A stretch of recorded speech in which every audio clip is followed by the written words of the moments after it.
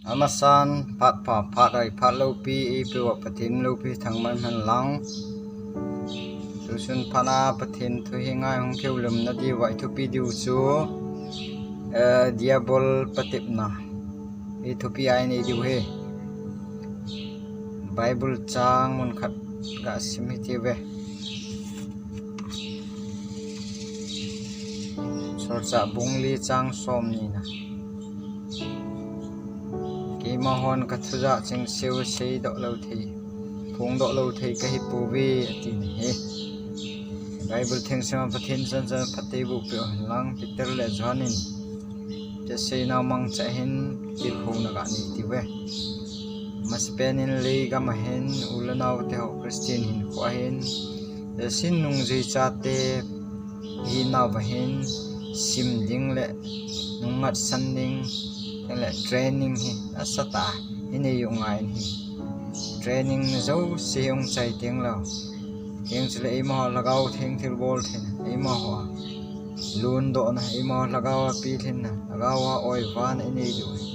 masang sia so diabol patip na izo lo di ti sei do no mon hi che training na hin khat na ngai dam na house ngai jin hi ni na chon sit ki chat lo mol pho bo ki chat na ela thum na ki chi sa na ka thu hi lo le ti jing jing na ali na mi phat mo na cha cha sei le ami phat mo na cha cha vit jing jong he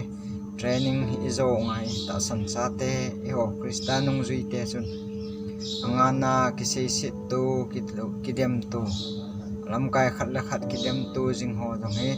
yo training na hi gal zo na ini sa ngai tha mi nu ngai le ga ma he gup na ne don thin lo na ne don thin lo na ho a ko na he ei ma hon ta chu gar zo na ini yu ngai hi chi training chu ta san cha te chun i zo ngai hi ne don thin lo na lama jong he sigina ita chu zo sei thu za mo sei ti ho jong he ei mo christian cha te adinga i tha mi nu ngai hi training na wa chu zau so ke je chun esu nung zui te chun hi cho chu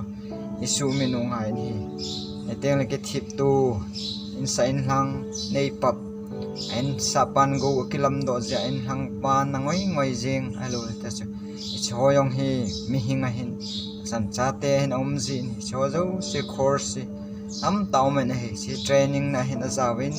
christian training si ta san cha te amanung zui hi naw che diabol patip na hoi chai su ke ting lo jalen ta in sung nu pa cha la naw in ku imanu lagau theng thil bor thina pentecost ni banga chi chan the hi ti hi sei do no mon hi ulanaw to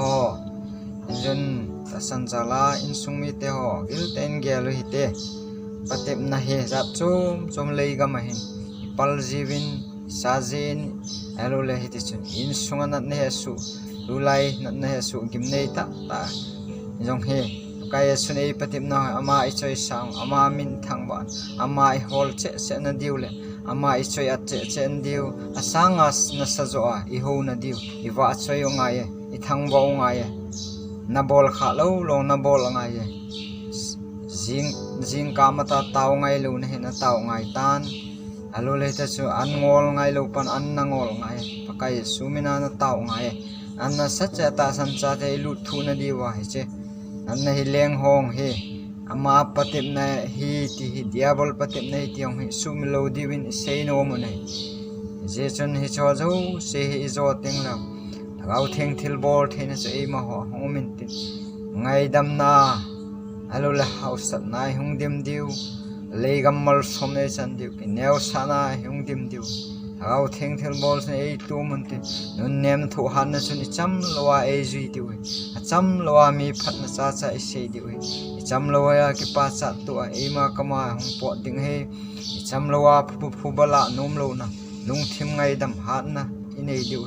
cham lowa ngai lu na le happy nai dim diu ho zo se training patip na sui chai ting lo ama wa choya amin choi at na lamje nga lagao pil hin na inei diu ama thangwa na nitin na cross kuna nung izui naw lampi su I ho them thei diu ti he kai sumina mol chom tai kitir khona thu pathen chan jon phathei bu pe taw amen